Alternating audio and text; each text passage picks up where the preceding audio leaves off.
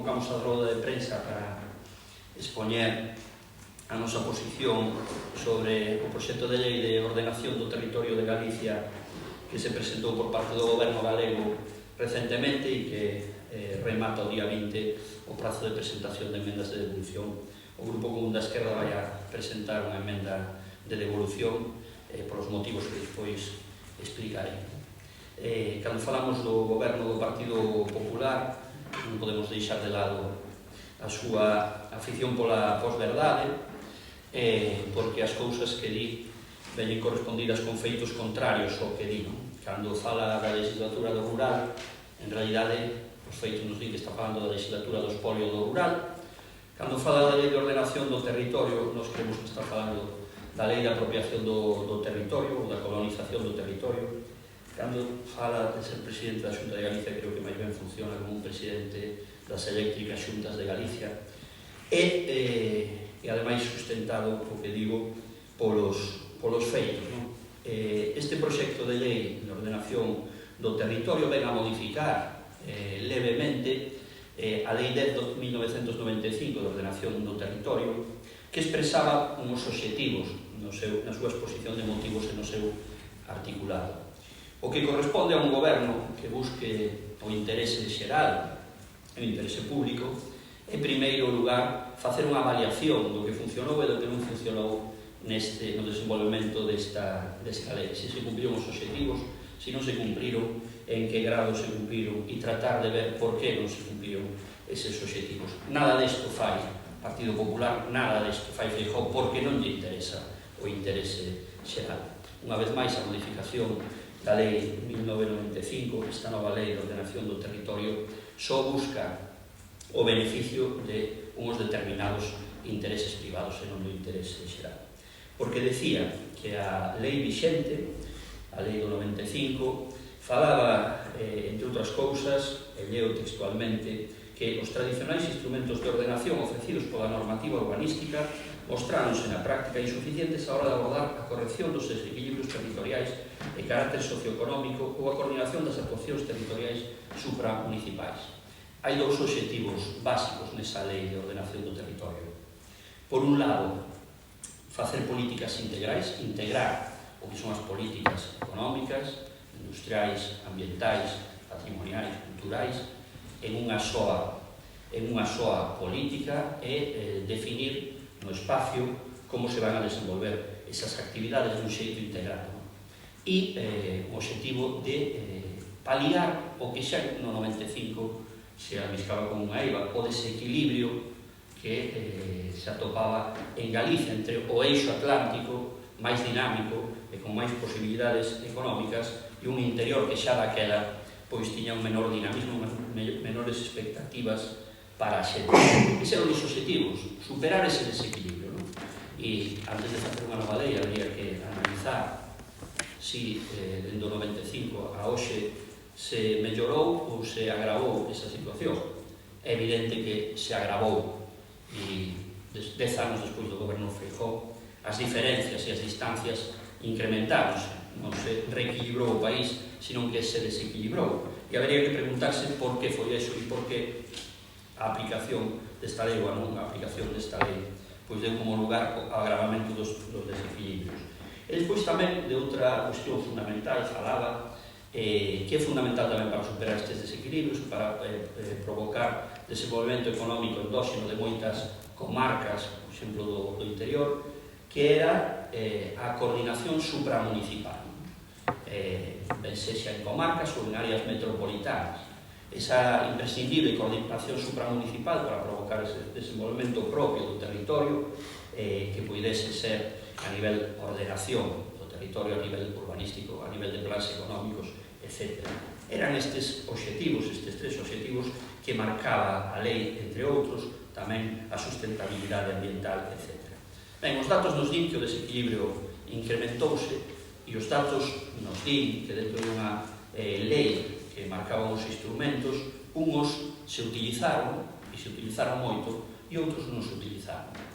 Ben, esta lei vixente propoñía como instrumentos as directrices de ordenación do territorio, aprobadas no 2011, non aplicadas, nin funcionamento da Comisión de seguimento, os plans sectoriais que tuveron funcionamento a escala autonómica para o sector eólico, para o sector hidráulico e para o sector do solo empresarial.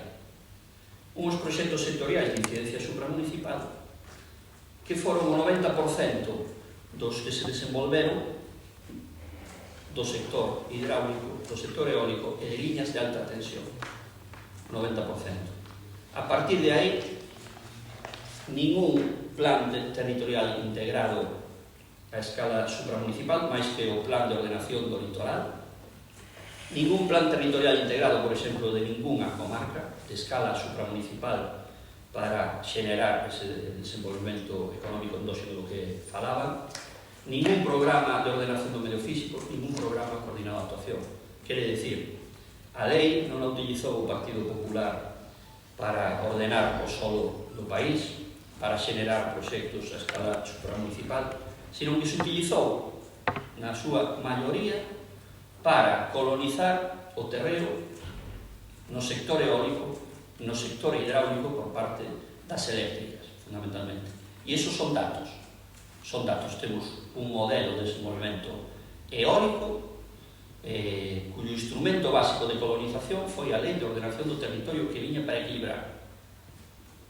E, ao contrario, por iso falo de que cando Feijóo de unha cousa practica a contraria, e en vez de equilibrar, desequilibrou, porque este modelo de desenvolvemento expulsa a xente do rural, e non é extraño xa que a xente do rural se este organizando para defender o básico.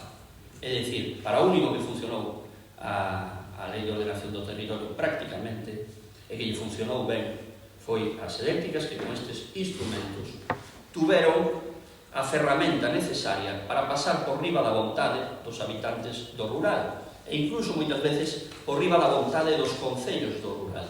Son os instrumentos que permiten á Xunta de Galicia pasar por riba deses intereses legítimos da xente que ainda vive no rural.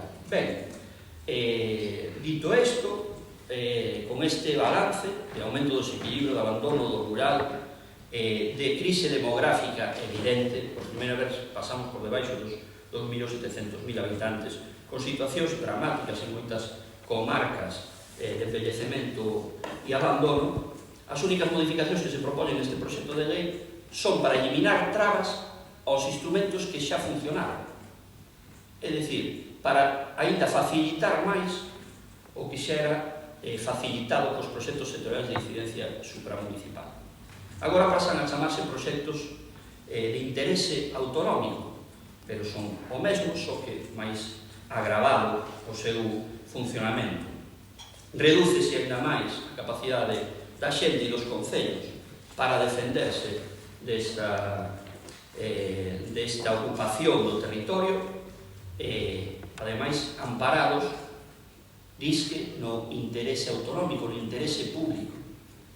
Cando unha empresa eléctrica instala un parque eólico, o único que está buscando é o seu interese privado.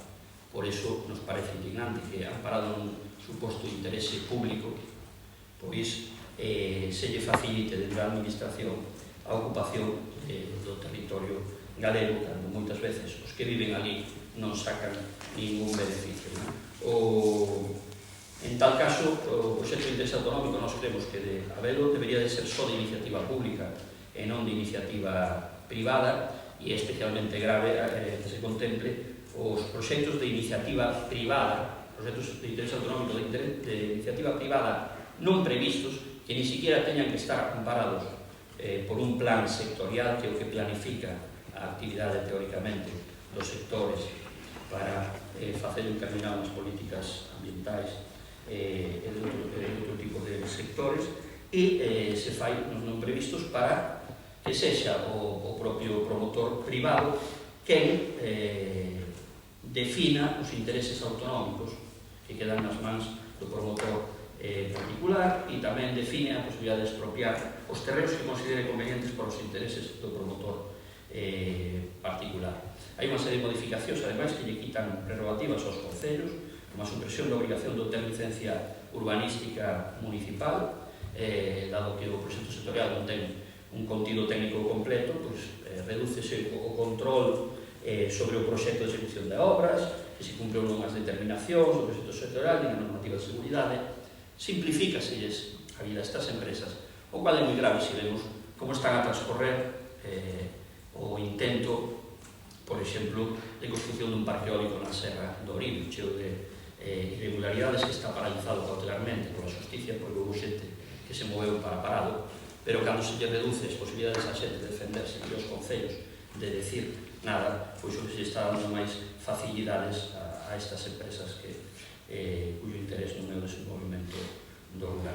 Queremos que hai unha vulneración da autonomía municipal e un trato especial para o sector eólico en mans de empresas máis de capital estranxeiro na súa maior parte. Por exemplo, a estas empresas, cando farán un proxecto de interese autonómico, pois non terán que contar co acordo dos propietarios do 50% da superficie do terreno, que si terán que contar outro tipo de promotores privados, por exemplo, se se quere construir vivenda de protección, por exemplo.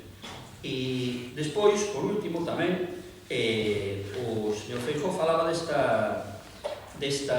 proxecto de lei como colofón á súa política de ordenación do territorio. E é xusto facer as cousas ao revés. Unha lei de ordenación do territorio é o primeiro paso, o que define o modelo de país, e a partir de aí se teñen que desenvolver os outros instrumentos.